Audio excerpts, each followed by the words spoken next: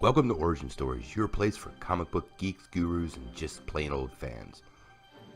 All kinds of shakeup today in the Fox Xmen world, so let's get right to it. So according to the Hollywood Reporter, there's been a lot of release dates that have been switched around for Xmen flicks. There's some good news, there's some bad news, and there's some more bad news. So let's just get the good news out of the way. Deadpool 2 has been moved up 2 weeks from June the 1st to May the 18th. So the story behind this may be that it'll actually put it a week before Han Solo, a Star Wars story. Not that I know why they're worried, because this seems like it might be a disaster, but it gives it a solid week as the leader in the box office, so yay. Now, some bad news. First set of bad news is the New Mutants. Josh Boone's new movie, which was set to release this upcoming April 13th, has been pushed all the way back 10 months to February 22nd, 2019. That's right, 2019.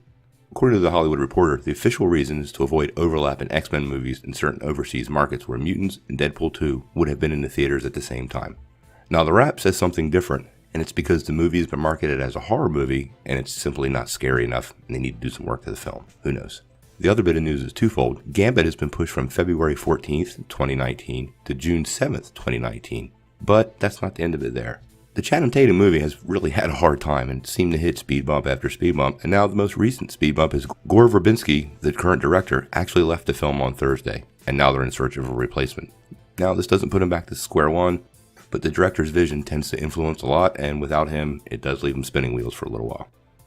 I don't know what to make of all this news. I'm happy Deadpool 2 is coming out sooner. I didn't imagine that movie is going to be a problem, and it's probably going to be a hit.